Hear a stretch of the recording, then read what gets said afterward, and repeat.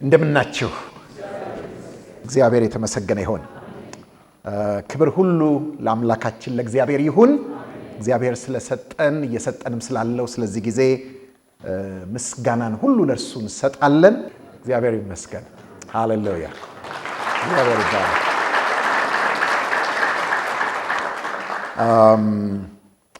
ቀጥታ ወደ ትምህርታችን ነው የምንሄደው። እንደምታውቁት ሰው ዛሬ ጨመር ብሏል።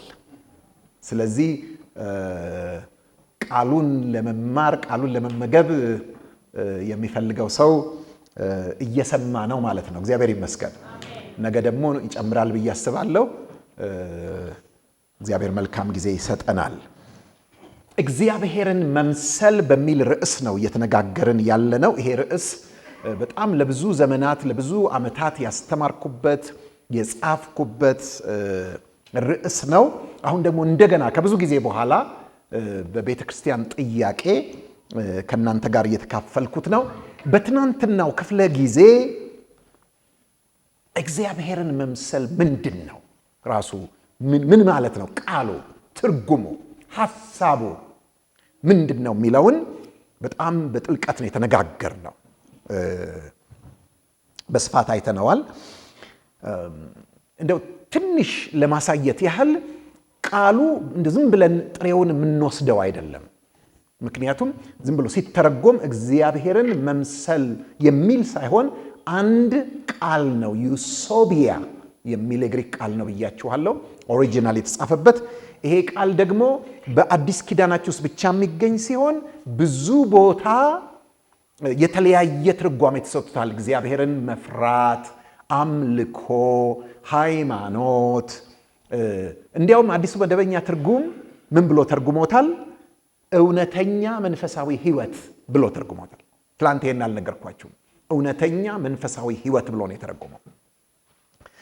እና ለአንድ ቃል እንደዚህ 4-5 አይነት ትርጉሞች ሲሰጡ የምንረዳው ምንድነው? ቃሉ እንዲሁ ዝም ብሎ አንድ ወጥ ትርጉም ያለው አይደለም ማለት ነው። እኛ ግን ከቃሉ ትርጓሜ ይልቅ መጽሐፍ ቅዱሳዊ ጽንሰ ሐሳቡን ነው ትላንትና ያየ ነው። ምን ማለት ነው መጽሐፍ ቅዱሳዊ ጽንሰ ሐሳቡ ካላችሁኝ፣ የእግዚአብሔር ሕይወት የሚባል አለ። የመለኮት የሆነ ሕይወት አለ።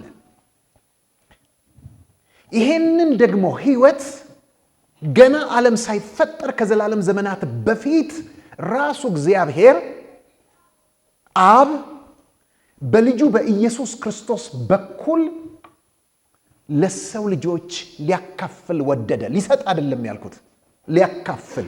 እስቲ ሊያካፍል በሉ። ለምን መሰላችሁ? ስለ መንፈስ ቅዱስ ስታስቡ መንፈስ ቅዱስ የዘላለም ሕይወት ነው ብያለሁ ትናንት አይደለ እንዴ?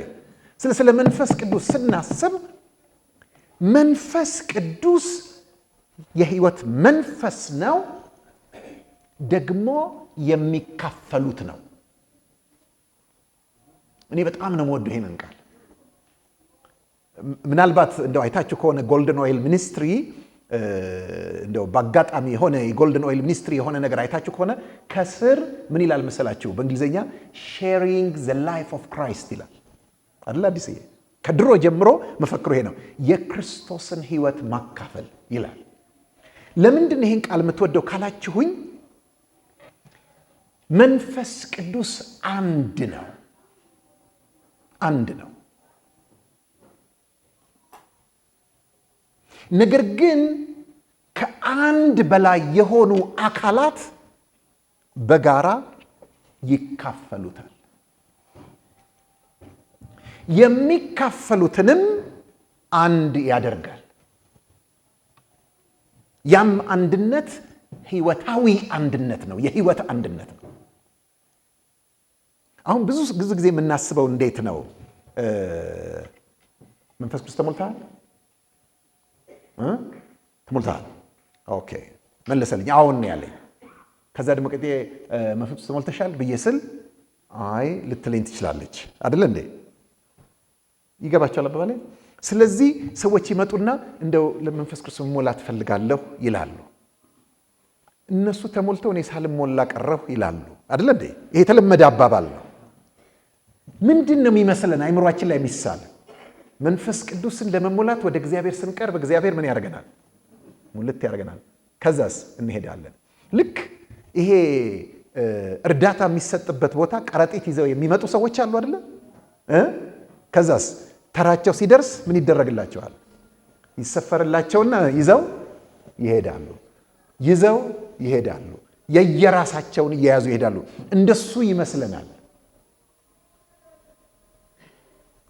ወገኖች። እንደዚህ የሚባል ነገር የለም። ምክንያቱም እግዚአብሔር መንፈሱን ሰፍሮ አይሰጥም። መንፈስ ቅዱስ እንደዚህ በየግል በየነፍስ ወከፍ በተናጠል እየተሰፈረ የሚሰጥ አይደለም። ስንት ነው?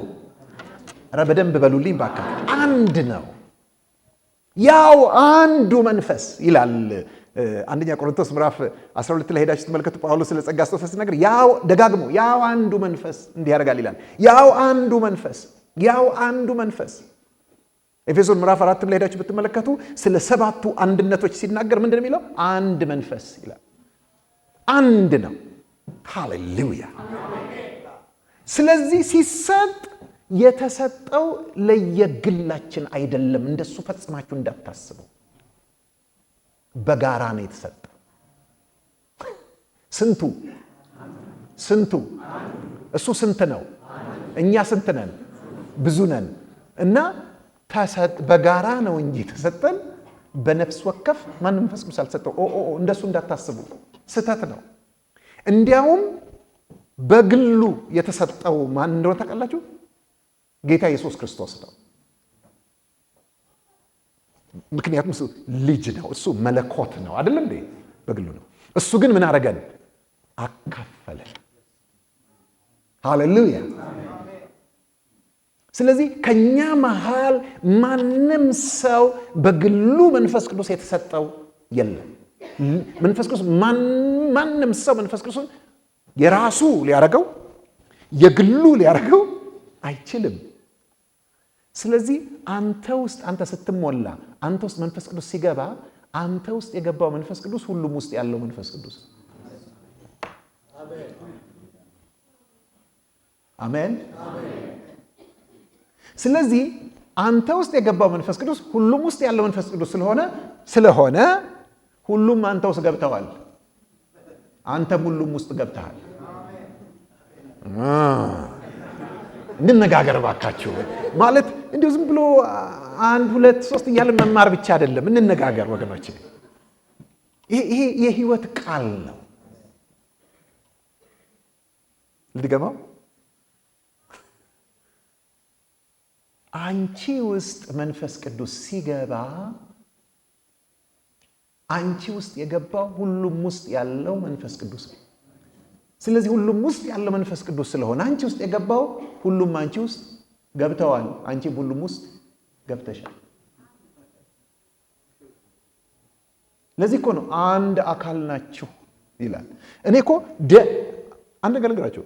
እጅና እግርን ተመልከቱ እስቲ። እጅ እግር ልዩነት፣ አንደኛ ስም አይደል እንዴ? ምን ይባላል ይሄስ? ስለዚህ የምን ልዩነት? ሁለተኛ የቅርጽ አለ የለም? አለ እንዴ? ሶስተኛ የተግባር አለ የለም? እያልኩ በቀጥል ሁለቱ ምንድን ናቸው? የተለየ። የቦታ ልዩነት አለ የለም? ይሄ ታች ይሄ ላይ መቀጠል እችላለሁ። ብዙ ልዩነት በሁለቱ መሃል አለ። ግን ስንት ናቸው? አንድ ናቸው አለ እንዴ? ምንድን ነው አንድ ያደርጋቸው? በስም እየተለያዩ በእንትን እየተለያዩ ምንድን ነው አንድ ያደርጋቸው? አንድ ደም ነው የሚፈሰው። አንድ ጅማት፣ አንድ ቅልጥም፣ አንድ ነርቭ ይገባቸዋል አባለ አንድ ተሳስረዋል። እኛም ስንታይ እንደዚህ ልዩ ልዩ ነን። ነገር ግን አንድ መንፈስ ነው በውስጣችን የሚፈሰው።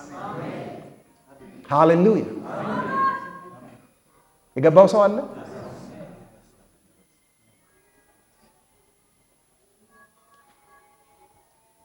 አንድ ሰባኪ አይበቃም?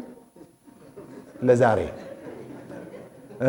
ምን ይመስላችኋል? አይበቃም አንድ ሰባኪ? ልስበክ እበቃለሁ እኔ አሁን እዚህ ጋር። ስለዚህ ሌላ ሰባኪዎችን አጥፏቸው ባካችሁ። የጭር ጭር ጭር የሚሉትን እነሱን አጥፏቸው፣ በደንብ አጥፏቸው። በቀደም አንድ ሰው እንደመጣሁኝ ልደውለት ፈለኩ። በጣም ናፍቆኝ ነበር። ማቀው ድሮ ብዙ ያገለገለኝ ሰው ነው እና ብደውል አይመልስም። በቃ ብደውል አይመልስም። መጨረሻ ላይ እንደው ተስፋ እንደው አልቆረጥኩም። አንድ ስደውል አገኘው። ደወልኩ እኮ ብዙ ምናምን ስለው አይ ጳጉሜ ነበር እየጸለይኩ ነበር ዘግቼው ነበር አለኝ ስልኩን። ያን ጊዜ ነው ጌታ ያለው የገባኝ። አንተ ግን ስትጸልይ ድሮ ምንህን ዝጋ ነው ይላል። አሁን ይሄኛው አይደለም ይሄ በሩኛው ይሄ ነው በሩ። ኦኬ። ስለዚህ ደግሞ ስንማርም ምን እናርገው? እንዝጋው። እኔ ዘግቼ ነው የመጣሁት። ጌታ ይመስገን። ኦኬ።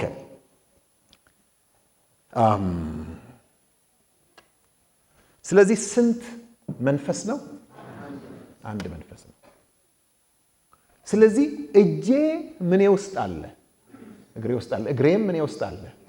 እጄ አለ። ይሄ እዚህ ውስጥ ተሰንቅሮ ገብቶ ሳይሆን በህይወት ምን ሆነዋል? ተያይዘዋል። ህይወት ይፈሳል። እዚህ ውስጥ የሚፈሰው ደም ራሱ ነው እዚህም ውስጥ የሚፈሰው። ሃሌሉያ። እዚህ ጋም ያለው ነርቭ ነው እዚህም ያለው። ስለዚህ እኛም እንደዚህ ነን። ስማችን የተለያየ ነው፣ መልካችን የተለያየ ነው፣ የመጣንበት የኋላ ታሪካችን የተለያየ ነው፣ የተለያየ ነው፣ ጾታችን የተለያየ ነው፣ እድሜያችን የተለያየ ነው፣ የኑሮ ደረጃችን የተለያየ ነው። ነገር ግን አንድ መንፈስ ነው የተከፈለው። ለዚህ ነው ብዙ ጊዜ የማይገባን አንድ ቃል አለ። የመንፈስን አንድነት ለመጠበቅ ትጉ ይላል። የመንፈስን አንድነት ለመጠበቅ ሲባል ስብሰባ፣ አሁን የሽማግሌዎች ስብሰባ ላይ ተሰበሰቡና ፓስተሮች ምናምን ሰብስባላችሁ አለ። ከዛስ ኖ የመንፈስን አንድነት እንጠብቅ ትላለችው። ምን ማለት መሰላችሁ ይመስላል? በቃ በመንፈሶቻችን መካከል አለ አይደለ ያለውን አንድነት ኖ ቃሉን በትክክል ብታነቡት የሚለውን ልንገራችሁ። በትክክል በኦሪጂናሉ ላንብብላችሁ። በግሪኩ ምን ይላል መሰላችሁ? የመንፈስ ቅዱስን አንድነት ለመጠበቅ ትጉ ነው የሚለው። ከዛሬ ጀምሮ እንደሱ አንብቡት። የመንፈስ ቅዱስን አንድነት ለመጠበቅ ትጉ ነው። መንፈስ ቅዱስ ስንት ነው? አንተም ውስጥ አንቺም ውስጥ አንተም ውስጥ አንቺም ውስጥ ስንት ነው? ስለዚህ አንዱ እሱ ስለሆነ የእሱን አንድነት ጠብቁ ነው እንጂ የሚለን የእናንተን መንፈስ አንድነት አይደለም። ምክንያቱም እዛ ጋር የተጻፈው እኛ ሲተረጉሙት መንፈስ አሉት እንጂ ትክክለኛው ግን መንፈስ ቅዱስ ነው የሚለው። መንፈስ ቅዱስ ነው የሚለው። እንደሱ ውሰዱት። ኦኬ። ስለዚህ ምንድነው ትላንትና ያየነው ዋናው ነገር? እግዚአብሔር የመንፈስን ህይወት አካፍሎናል። አንድ ነገር ልንገራችሁ፣ በጣም ይገርመኛል። ይሄ ህይወት የመለኮት ህይወት ነው አይደለም? ነው አይደል እንዴ? ገብቷል? እኛ ውስጥ አልገባም። የሚገርማችሁ ግን መለኮት አላደረገንም፣ መለኮትም አያደርገንም። ዓላማው እኛን መለኮት ማድረግ አይደለም። እኛ ሰው ነበረን አይደል እንዴ? አይደለም? አሁንም ሰው ነን አይደል እንዴ? የሚገርማችሁ ነገር ወደፊትም ሰው ሆነን እንቀጥላለን። ትላንት ነው አይደል እንዴ እንኳን ሰው ሆንኩኝ ያለው? አላላችሁም መሰለኝ እናንተ። እስቲ ያለ ሰው እንኳን ሰው ሆንኩኝ፣ እንኳን ቅዱስ ሚካኤልን አልሆንኩ ያለ ሰው ካለ ማለት ነው። ጌታ ይመስገን። ስለዚህ ሰው ሆነን ነው የምንቀጥለው። እግዚአብሔር የፈጠረንም እንዲሁ ነው፣ የምንቀጥለውም እንደዚሁ ነው። ደግሞ ጥሩም በቃ ትልቁም ነገር እሱ ነው። ግን ዝም ብሎ ሰው ግን አይደለንም። የመለኮት ህይወት የተሰጠን ሰዎች ነን። ራሱ እግዚአብሔር እኛ ውስጥ ያለ ሰዎች ነን። ሃሌሉያ። እኛም ደግሞ እሱ ውስጥ አለን። ደስ አይልም? ሃሌሉያ። አንዳንድ ሰዎች ይለጥጡትና የመለኮት ህይወት ተሰጥቶናል ብለው ይሉና ከዛ ትናንሽ መለኮት ነን ለማለት ይዳዳቸዋል። አይልም እንደሱ። ኦኬ። ይሄ ህይወት ለምንድን ነው የተሰጠን ካላችሁ እንድንኖርበት ነው። እንድንኖርበት ነው። ይሄ ህይወት በባህሪው በጣም የሚያስገርመው በስጋ የሚገለጥ ህይወት ነው። የሰው ህይወት አይደለም፣ የምድር ህይወት አይደለም፣ ከአባቶቻችን የወረስነው ከንቱ ህይወት አይደለም። ነገር ግን የእግዚአብሔር ህይወት ሆኖ መንፈስ ቅዱስ ሆኖ ነገር ግን በምን ውስጥ መገለጥ ይችላል? በስጋ ውስጥ መገለጥ ይችላል። እንዴት ካልን ከዚህ በፊት በስጋ ምን ሆኖ ያውቃል? ተገልጦ ያውቃል። ለዚህ እኮ ነው ሐዋርያው ዮሐንስ አንደኛ መልእክቱ ላይ እኮ በጣም በቃ ሽንጡን ገትሮ የሚከራከረውና የሚቃወመው የስተት ትምህርት ምን የሚል መሰላችሁ? ክርስቶስ መጥቷል ነገር ግን በስጋ አልመጣም የሚል ትምህርት ነው። ያንን ነው የሚቃወመው። በስጋ አልመጣም ነው የሚለው ያ ትምህርት። ያንን ትምህርት ይቃወማል ሐዋርያው። አይደለም፣ ይሄ ስተት ነው፣ ይሄ ከተቃዋሚው መንፈስ ነው፣ ይሄ ክፉ ነው እያለ ይቃወማል። ለምን መሰላችሁ? ምክንያቱም ክርስቶስ በስጋ ካልመጣ እኛም በስጋ የእግዚአብሔርን ህይወት የማግኘት እድል፣ የዘላለም ህይወት የማግኘት እድል፣ ያንንም ህይወት በኑሮ የመግለጥ እድል የለንም ማለት ነው። ወንጌሉ ከንቱ ሆነ ማለት ነው። ወንጌሉ እኮ ምን መሰላችሁ? ወንጌሉ ይሄ ነው። ሮሜ ላይ ጳውሎስ እንዲያርጉ ያስቀምጠዋል። ሮሜ ምዕራፍ 1 በጣም ደስ ቢለኝ ቃል ነው። የኢየሱስ ክርስቶስ ሐዋርያ ሊሆን የተጠራ ጳውሎስ ይልና በነቢያቱ አፍ በቅዱሳትም መጽሐፍት ተስፋ ለሰጠው ለእግዚአብሔር ወንጌል ተለየ። ይህም ወንጌል በስጋ ከዳዊት ዘር ስለተወለደ። አሜን እስቲ በሉት።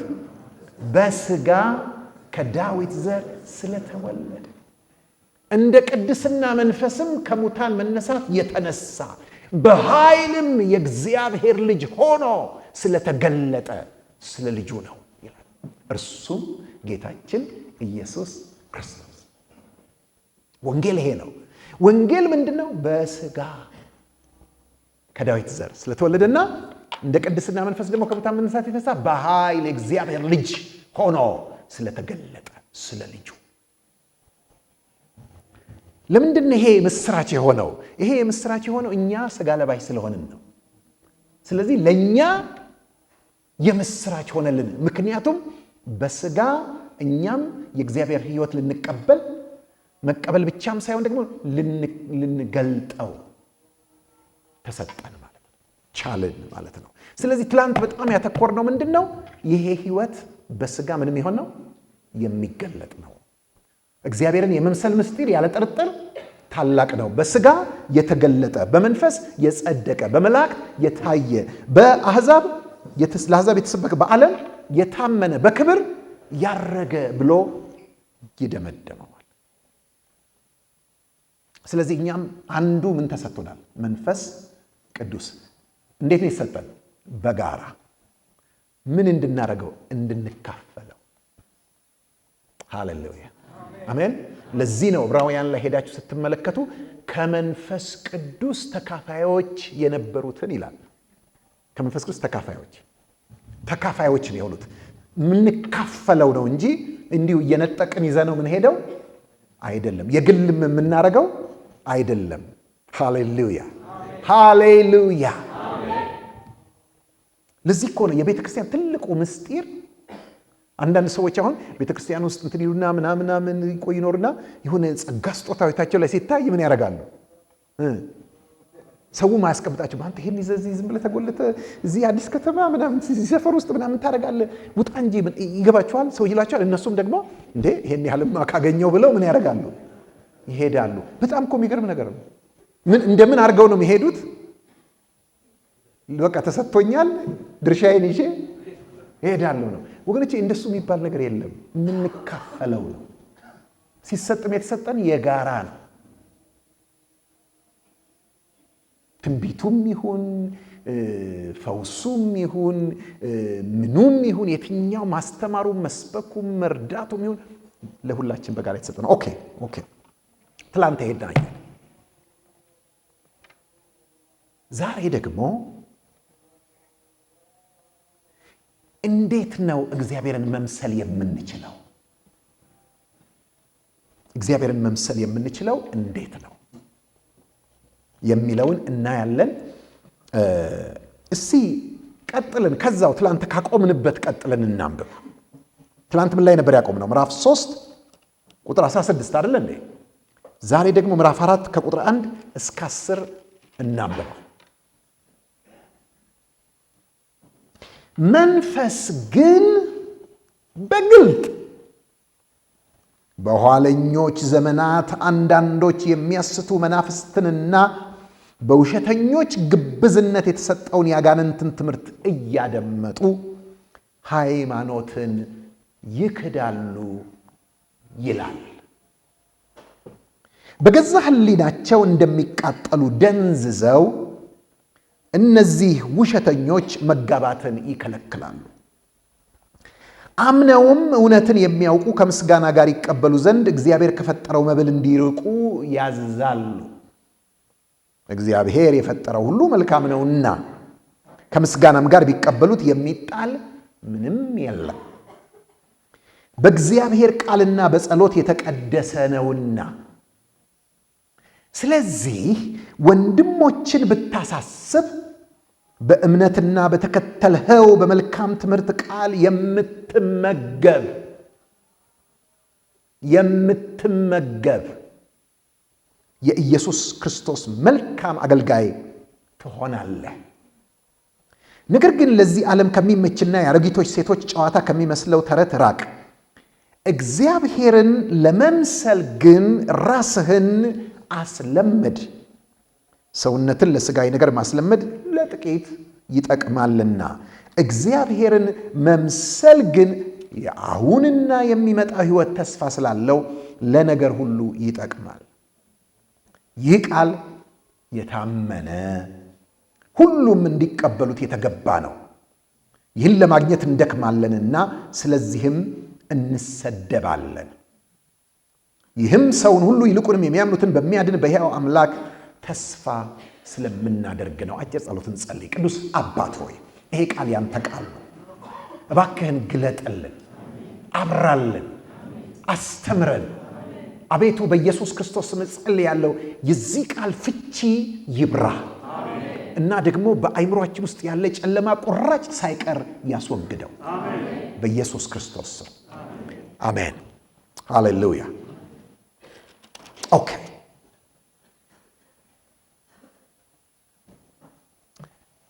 ሐዋርያው ጳውሎስ በዚህ ስፍራ ላይ መንፈስ ቅዱስ ለአብያተ ክርስቲያናት የሚለውን ነገር የሚናገረውን መልእክት ሊመጣ ያለውን ነገር ያመለክታል። ምንድን ነው የሚለው? መንፈስ ነው የሚለው። እኔ አልኩ አላለም። መንፈስ ነው። በግልጥ ነው የተናገረው። ምናልባት አንድ ጊዜ ብቻ ላይሆን ይችላል፣ በአንድ ሰው በኩል ብቻ ላይሆን ይችላል። በተለያየ መንገድ፣ በጣም ግልጽ በሆነ መንገድ እንዲህ ይሆናል እያለ መንፈስ ቅዱስ እያስጠነቀቀ ነው። መንፈስ ቅዱስ ሊመጣ ያለውን ይናገራል። አሜን። አቤት! እኔ መቼስ ልነግራችሁ አልችልም። ሕይወቴ በዚህ የተሞላ ጌታን ካገኘሁበት ከዛሬ 35 ዓመት ከምናምን አንስቶ ጌታን ባገኘው በወሩ ይሁን በሁለተኛ ወር ነው የጀመረኝ። እስከዚህ ሰዓት ድረስ አስቀድሞ የሚሆነውን ነገር አውቃለሁ። የሚሆነውን ነገር ይነግረኛል ጌታ እና አሁን ምን ጋር ደርሻለሁ? አሁን ባለሁበት በቃ በጣም ልነግራችሁ ከምችለው በላይ መገረም ውስጥ መደነቅ ውስጥ ነው ያለሁት። ምክንያቱም ይነግረኝ ስለ ግል ሕይወቴ ብቻ አይደለም፣ ወይም ስለ ግለሰቦች አይደለም፣ ስለ ሀገርም ጭምር፣ ስለ ቤተ ክርስቲያንም ጭምር እግዚአብሔር የሚሆነውን ነገር አስቀድሞ ሲናገርና ልክ እንዳለው ሲሆን አይቻለሁ። አንዴ አይደለም፣ ሁለቴ አይደለም፣ 10 አይደለም፣ 20 ጊዜ አይደለም፣ በጣም ብዙ ጊዜ እግዚአብሔር አስቀድሞ የሚናገር አምላክ ነው። ኢሳይያስ ላይ እንደዚህ ይላል፣ ገና ከመጀመሪያው መጨረሻውን እናገራለሁ፣ እንደተናገርኩ ይሆናል፣ እንዳሰብኩም ይቆማል። ሃሌሉያ። አንድ ነገር ልንገራችሁ ብቻ፣ በፍጹም ነገ አያስጨንቃችሁ፣ ነገ አያሳስባችሁ በፍጹም። እኔ አሁን ከዛ ውጪ ነው የምኖረው። ነገ ምንም አያስጨንቃችሁ። ምክንያቱም የማመልከው ጌታ የምከተለው ጌታ ነገን ቆለቅልጭ አድርጎ የሚያይ ጌታ የሚያይ ብቻ ደግሞ ቢሆን ኖሮ እንግዲህ ጉድ ፈላ እንደዚህ አይቻለሁ እንዲህ ሲሆንብህ አይቻለሁ ምናምን ሊለን ነው። ይገባችኋል? ማየት ብቻ ሳይሆን መቃኘት የሚችል ሉዓላዊ ነው። በነገ ላይ ሉዓላዊ ነው። ስለዚህ አሁንም ሊመጣ ያለውን ነገር እያየ ይናገራል። ይሄን ነገር ጳውሎስ እዚህ ጋር ብቻ አይደለም የተናገረው። ይሄ እንደምታውቁት ለጢሞቴዎስ ነው የተጻፈው። ጢሞቴዎስ ደግሞ የት ነው ያለው ካላችሁኝ ኤፌሶን ነው አይደል እንዴ? ሐዋርያት ሥራ ምዕራፍ 20 ላይ ብትሄዱ የኤፌሶንን ሽማግሌዎች ሰብስቦ ሲሰናበታቸው ሚሊጢን የምትባል ደሴት ድረስ መጥተው ሲሰናበታቸው ሰው በመርከብ ተሳፍሮ ሊሄድ ነው። እንዲያው ምን አላቸው? ከዚህ በኋላ በስጋ አይን ፊቴን የምታዩት አይመስለኝም ብሎ ሲላቸው በጣም አዝነው 3 ዓመት ነው አብሯቸው የቆየው። በቀን ተሌት ነው ያገለገላቸው። በየቤታቸውም በጉባኤም እየሰበሰበ በእንባ እየገሰጸና እየመከረ በጣም በቅርበት ነው ያገለገላቸውና ምን አላቸው? ቁጥር 28 ላይ በገዛ ደሙ የዋጃትን የእግዚአብሔርን ቤተ ክርስቲያን ተጠብቋት ዘንድ መንፈስ ቅዱስ እናንተን ጳጳሳት አድርጎ ለሾመባት ለመንጋው ሁሉና ለራሳችሁ ተጠንቀቁ። ከሄድኩ በኋላ ለመንጋው የማይራሩ ጨካኞች ተኩላዎች እንዲገቡባችሁ ደቀ መዛሙርትንም ወደ ኋላቸው ይስቡ ዘንድ ጠማማ ነገርን የሚናገሩ ሰዎች መካከላችሁ እንዲነሱ እኔ አውቃለሁ አለ። ይሄ አውቃለሁ ማለት እንደው ጠረጥራለሁ ገምታለሁ አይደለም፣ በመንፈስ ተረድቻለሁ። ስለዚህም ደግሞ ዝም አላልኩም፣ ቅድመ ዝግጅት አድርጌያለሁ። ስለዚህ 3 ዓመት ሌሊትና ቀን በእንባ እያንዳንዳችሁን ከመገሰጽ እንዳላቋረጥኩ እያሰባችሁ ትጉ። ያንጻችሁ ዘንድ በቅዱሳን መካከል እርስን ያወርሳችሁ ዘንድ ለሚችለው ለጸጋው ቃልና ለእግዚአብሔር አደራ ሰጣችኋለሁ፣ ዝም ብዬ አይደለም ሄደው ብሎ ይላቸዋል። ስለዚህ ኤፌሶን ላይ ያንዣበበ የስህተት አደጋ፣ የስህተት ትምህርት አደጋ እንዳለ ይነግረናል። የስህተት ትምህርት ምንጩ የስህተት አስተማሪዎች አይደሉም። ልድገመው። የስህተት ትምህርት ምንጩ የስህተት አስተማሪዎች አይደሉም። የስህተት አስተማሪዎቹ ራሳቸው ሳቺዎች ናቸው። እኛ አሳቾች እንደሆኑ ነው አይደለም የምናውቀው፣ ግን አሳቾች ብቻ ሳይሆኑ ምንም ናቸው፣ ሳቺዎች ናቸው። የስህተት ትምህርት ምንጭ አለው። ምንጩ ደግሞ ምን ይላል? አንዳንዶች የሚያስቱ መናፍስትንና በሽተኝነት ግብዝነት የተሰጠውን የአጋንንትን ትምህርት እያደመጡ ሃይማኖትን ይክዳሉ ይላል። ስለዚህ የስህተት ትምህርት ምንጩ መንፈሳዊው ዓለም ነው። በመንፈሳዊው ዓለም ውስጥ ወገኖቼ፣ በዚህ በጨለማው ዓለም ውስጥ ዲፓርትመንት አለ ወይም ክፍል አለ። እዚህ አለ ቸርች የትምህርት ክፍል የሚባል እንደዛ የትምህርት ክፍል የሚባል አለ። ምንድነው የሚያመርተው? የሚያዘጋጅ ዝግጅት፣ የስህተት ትምህርት የሚያዘጋጀው። አንድ ነገር ልንገራችሁ፣ የስህተት ትምህርት ሰው ዝም ብሎ የሚፈጥረው ነገር ቢሆን ኖሮ ሰውን እንደዚህ አይማርክም ነበር። የስህተት ትምህርት እኮ ወገኖቼ ብድ ነው እኮ ቢያደርገው። በቃ አንዳንድ ጊዜ ሰዎች የስህተት ትምህርት ውስጥ ሲገቡ አይታችሁ ታውቃላችሁ? አጋጥሟችሁ ያውቃል? በቃ እንደው ለያዥ ለገራዥ ነው የሚያስቸግሩት። የሆነ ነገር ነው የሚያደርጋቸው እና እነሱ የሚገባቸው እንዳወቁ ነው፣ እንደበራላቸው ነው፣ እንደተገለጠላቸው ነው። ሊሰሙም ፈቃደኞች አይደሉም። ምክንያቱም ነገርየው ከምን ጋር የተያዘ ነው? ከመንፈስ ጋር የተያዘ። ይህንን የሚሰሩ የአጋንንትን ትምህርት እያደመጡ ይላል። የአጋንንት ትምህርት እና ይሄ ነገር ምንድን ነው የሚያመጣው ካላችሁኝ፣ የመጀመሪያው ነገር እምነትን፣ ይሄ ጤነኛውን እምነት፣ እውነተኛውን እምነት፣ ደህናውን እምነት ያስክዳል። የመጀመሪያው ነገር ያስክዳል፣ ያስታል።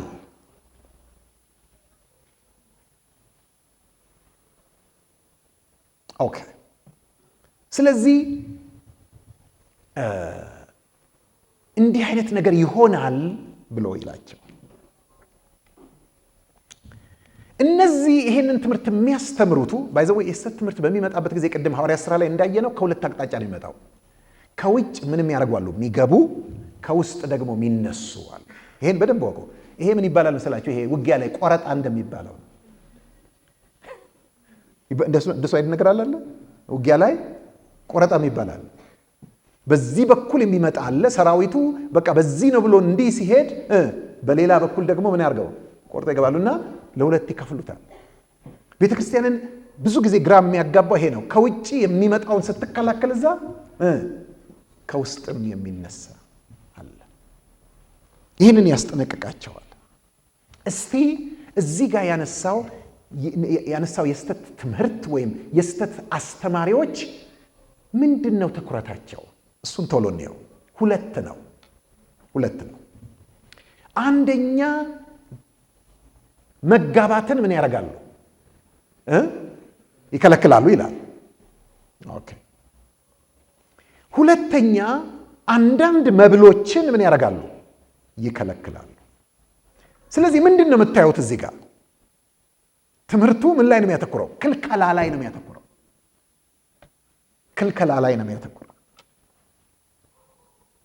መጋባትን ይከለክላሉ። እግዚአብሔር ከፈጠረው መብል እንዲርቁ ያዛሉ ይላል። ኦኬ። አሁን እኛ ብዙ ላይ ገባን ይችላል ይሄ፣ ምክንያቱም አሁን የዘመናችን ወይም የጊዜያችን ችግር አይደለም። ያን ጊዜ የነበረ ችግር ነው።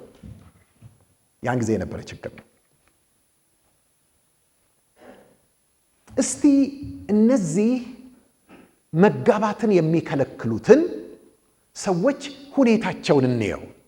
ምን አይነት እንደሆነ ታውቃላችሁ?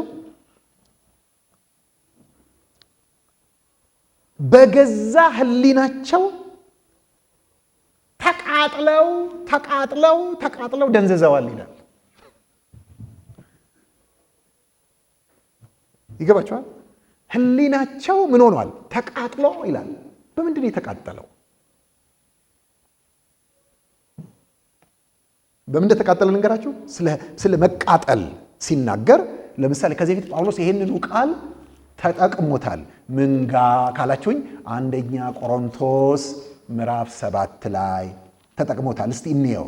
አንደኛ ቆሮንቶስ ምዕራፍ 7 ላይ ይሄንን ቃል እንዴት አነሳው? የራሱ ያንኑ ቃል ያነሳው ምን ብሎ ታውቃላችሁ? ላንብብላችሁ። ምዕራፍ 7 ቁጥር 8 እና 9 ላላገቡና ለመበለቶች ግን እላለሁ እንደኔ ቢኖሩ ለነርሱ መልካም ነው። እርሱ ምን አላረገም? አላገባም። እንደኔ ቢኖሩ ለነርሱ መልካም ነው። ነገር ግን በምኞት ከመቃጠል መጋባት ይሻላልና ራሳቸውን መግዛት ባይችሉ አይቃጠሉ፣ ያግቡ ይላል። አሁን የገባችሁ ይመስለኛል። ሐዋርያው ጳውሎስ መቃጠል የሚለውን ቃል መንደድ የሚለውን ቃል ያነሳው ከምን ጋር ነው? ከዝሙት ጋር ነው አይደል እንዴ? ከዝሙት ጋር። አይገርማችሁም? ይሄ የቅጠል መቃጠል፣ የእንጨት መቃጠል፣ የቤት መቃጠል አይነት ቢሆን እኮ ጥሩ ነበር።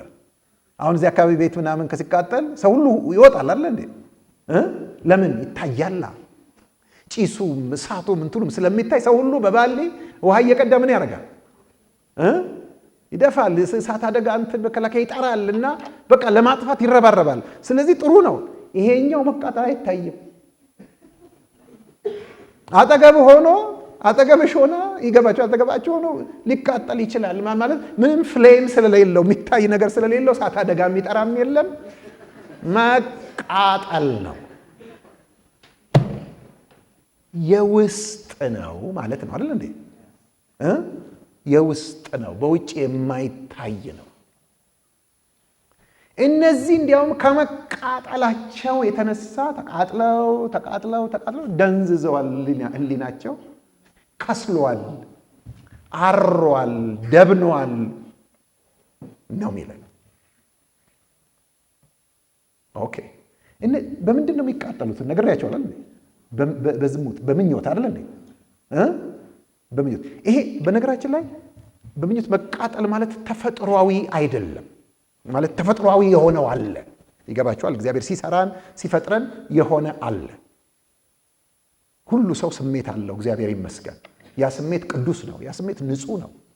ነገር ግን ይሄ መቃጠል የሚለው ግን የማያቋርጥ በጣም ከመጠን ያለፈ ከልክ ያለፈ ማለት ነው። ኦኬ። እነዚህ ሰዎች በውስጣቸው ምን እየሆኑ ነው? በምኞት በውጭ ግን የሚያስተምሩት ምንን የሚከለክል ትምህርት ነው። የገባችሁ አልመሰለኝም። አያችሁ ልዩ እንትኑን ተቃርኖውን። ጳውሎስ ምን አለ እዚሁ አንደኛ ቆሮንቶስ ምዕራፍ 7 ላይ ስለ ዝሙት ጠንቅ ግን ታውቃላችሁ። ቆሮንቶስ በጣም ዝሙት ከተማ ነው። አልነግራችሁም፣ ታውቁታላችሁ። ከዛ የተነሳ በጣም ብዙ ፈተና አለ እና ምን አለ? ከዝሙት የተነሳ ለእያንዳንዱ ለራሱ ሚስት ትኑረው፣ ለእያንዳንዲቷም ለራሱ ባል ይኑራት አይደል እንዴ? እንዲያውም ምን አድርጎ ነው ያመጣው? መጋባትን መፍትሄ ነው፣ አግባብ ነው።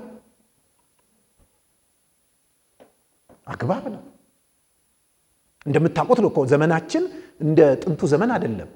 አይገርማችሁም? እዚህ ሰፈር እኮ በ18 ምናምን በ19 ምናምን እኮ ሰዎች ኖረዋል አለ እንደዚህ።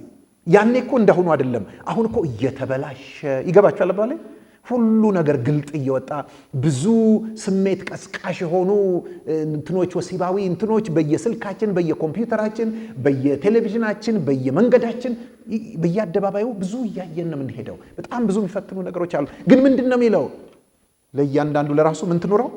ሚስት ኑረው፣ ለእያንዳንዲቷም ለራሷ ባል ይኑራት።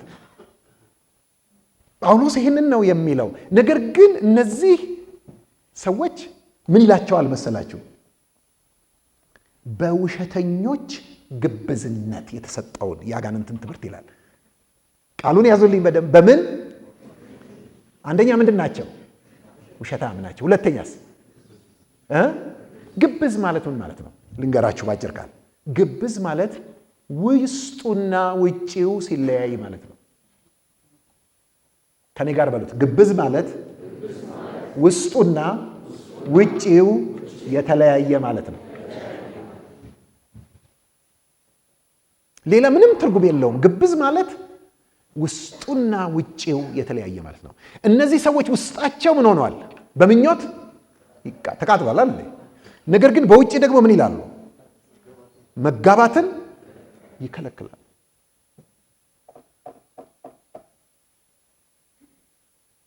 ለምሳሌ አንዳንድ በክርስትና ስም ያሉ በክርስትና ውስጥ ያሉ ሃይማኖቶች፣ ጥንታዊ ሃይማኖቶች ማለት የቆዩ ሃይማኖቶች ምናቃቸው፣ አንዳንዶቻችን የነበርንባቸው አስተምህሮ አላቸው እኮ አይደል እንዴ? የምን አስተምህሮ ካላችሁኝ የምንኩስና አስተምህሮ አላቸው። ምንድን ነው የሚባለው? ሴሌባሲ፣ የመመነን ምንድን ነው ለማግባት አይደል እንዴ? በቃ እንደዛ ለእንትን ሰጥቻለሁ እንደዚህ ሆኛለሁ ካለ ምን አያረግም? አታገባም። የደናግልነት በቃ ደናግል ናቸው፣ አያገቡ። ወገኖቼ ወደ ሮማ ካቶሊክ ብትሄዱ ሮማ ካቶሊክ ውስጥ ይሄ ነገር በደንብ በትምህርት ይሰጣል። ስለዚህ መነኮሳት አሉ፣ በቃ ራሳቸውን የለዩ ማያገቡ፣ ደናግሏት አሉ ማያገቡ። እኔ ሃይማኖትን አከብራለሁ፣ የትኛውንም ሃይማኖት ለማክበር ለምን ማከብር። ግን ይሄንን በደንብ ብትመለከቱ እኔ ስለማቀም ነው ጠጋብዬ ወገኖቼ ልንገራችሁ አይደለ? ከመቃጠላቸው የተነሳ ማግባት ስለማይችል ሴት እዛው አብረው ከወንዶቹ ጋር ይጋባሉ ማለት በገሃድም ባይሆን ሴቶቹም እንደዚሁ። በጣም የሚያሳዝን ሮሜ ምዕራፍ 1 ላይ የምታዩትን አይነት ነውር ይፈጽማሉ። በጣም ይሄን ብዙ አቃል ዓለምም ያውቃል። የታወቀ ነው። ምንድነው መሰላችሁ? ስሜቱ አላቸው የላቸው? አላቸው። እንዲያውም ስሜቱ ከመኖርም አልፎ እየተቃጠሉና እስከሚደነዝዙ ድረስ ህሊናቸው እየሆኑ ነው። ነገር ግን ደግሞ ምን ብለው ነው የሚያስተምሩት? መጋባትን ተቃውመው ነው።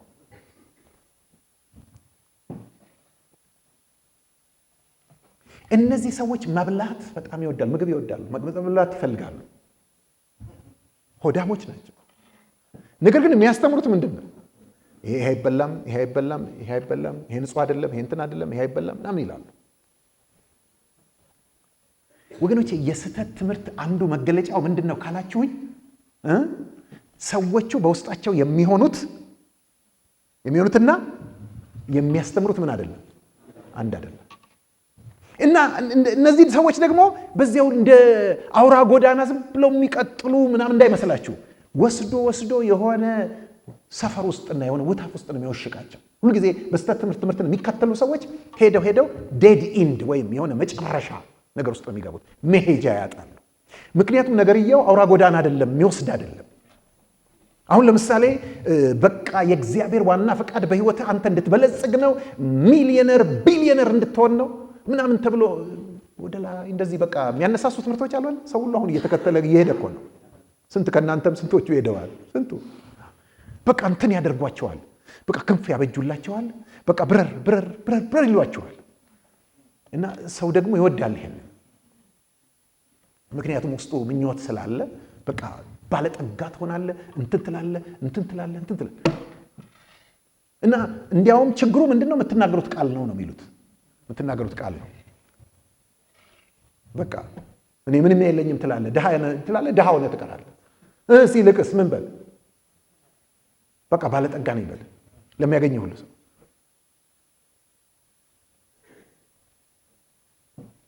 እነዚህ ሰዎች ተመልከቱ። እንዲያውም አንድ የሰማሁት ምንድነው በቃ ሁልጊዜ የሚባባሉትም ከፍ ብለሃል አይደለም የሚባለው? አዎ ከፍ ብለሃል፣ ከፍ ያርግ፣ ከፍ ትላለህ ምናምን ከፍ ነው ብቻ። እኔ መውረድ የለም ተብሎ ተነግሯቸው ከፕሮግራም ይወጡና ታክሲ ተሳፍረው ሲሄዱ አሁን እዛ ቤታቸው ጋር ሲደርሱ እንዴት አውረደኝ ይበሉ። አንዷ ቢቸግራት አስባ ማን ነው እያለ እዛ ጋር ከፍ አድርገኛለች እና ሲወስዳት ከፍ አድርገኝ እባክህ ስትለው ሲወስዳት ቤቷን አልፋ ሄደች።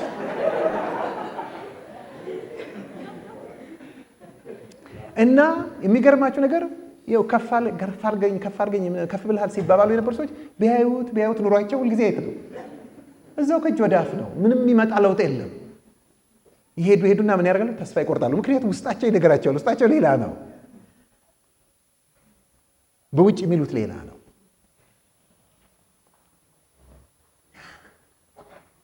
አሁን ልንገራችሁ፣ እግዚአብሔርን መምሰል ምንድን ነው ካላችሁኝ፣ እግዚአብሔርን መምሰል ህይወት ነው፣ ኑሮ ነው።